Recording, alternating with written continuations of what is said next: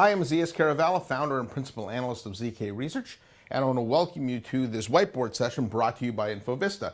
Topic for today is the 5 key requirements for an app-aware SD-WAN. SD-WAN has been a red-hot topic of late, and it fundamentally changes the way you operate a network. But not all SD-WANs are the same. What you want to have is an app-aware SD-WAN, because that's going to make sure that your applications continue to perform as expected, so you have happy users. Number one in that is app visibility. Now, there's an axiom in networking that goes something like, you can't manage and you can't secure what you can't see. So if you're going to go through the process of rolling out an SD-WAN, you need to think about how I want to re-architect the network, how I want traffic to flow, and what you need there is to have good visibility so you understand things like who's on my network, what apps are being used, what cloud services are in play, how I want my traffic to flow, and that all stems from good app visibility. Number two is app control and app QoE.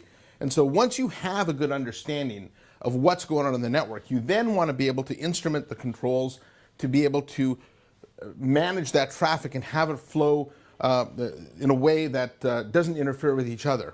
So the way you do that is you implement QoS. And I know QoS is a broad term, but you want to think of QoS as being end-to-end in nature and done on a session-by-session basis. That's going to give you the most granularity and the most control of how your apps flow. Without that, you can wind up with a lot of contention, and you can have certain applications interfering with others and making your voice and video calls perhaps not work as optimally. So app QoE becomes very important. Number three is something called dynamic path selection. One of the fundamental principles of SD-WAN is that you can actually use multiple links efficiently. In a traditional legacy network, if you had multiple links, it was configured in something called an active-passive configuration, where the primary network had all the traffic flow over it, and then the backup would only be used in the event of a failure for the primary. Now, when you think about that, that's an incredibly wasteful way to use a network, because you have one network link that's fully used and one that's idle. With an SD-WAN, both networks can be used, but you want to be able to route traffic across those links in a way that your apps perform optimally. So you might choose initially to have all your Skype for Business traffic, for instance, go over your MPLS connection, but in the event that there's congestion on that, you want to be able to route it over to broadband. And so the thing that does that is called dynamic path selection, is it can alter the traffic flows on a per session basis in the event that it sees some problems as determined by your policy. Number four is security. And what can I say about security? Security is the number one thing I talk to today about with CIOs, line of business leaders, CEOs, CISOs. Everybody's concerned about security. Now with SD-WANs, you're moving away from this model where you have this tightly controlled network with one single ingress-egress point where all your security is located.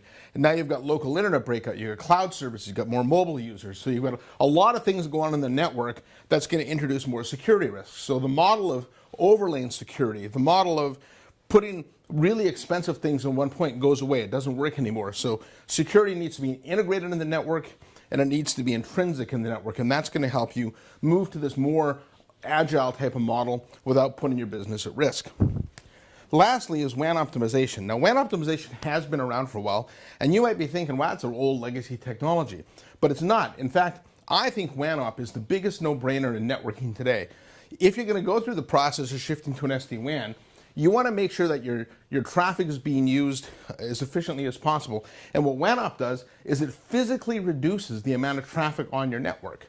So things like email, file transfers actually use less bandwidth. They run more efficiently. And so if you're going to go through the process of doing these things, you want to make sure that you have WAN op in place.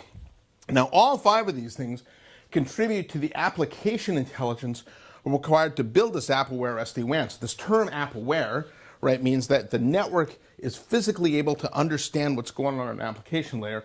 It needs to be able to speak the language of applications, and these 5 things contribute to that. The last thing you might be wondering is, which of these things is the most important? And to that I say, all 5 are the most important. You can't have an SD-WAN, an app-aware SD-WAN without all 5 of these things. And if you do these things, you're going to have a very strong migration to SD-WAN. You'll have a good network that's going to carry you forward through all your digital transformation plans. So with that being said, I hope you've learned something here. I'm Zias Caravella, founder and principal analyst of ZK Research.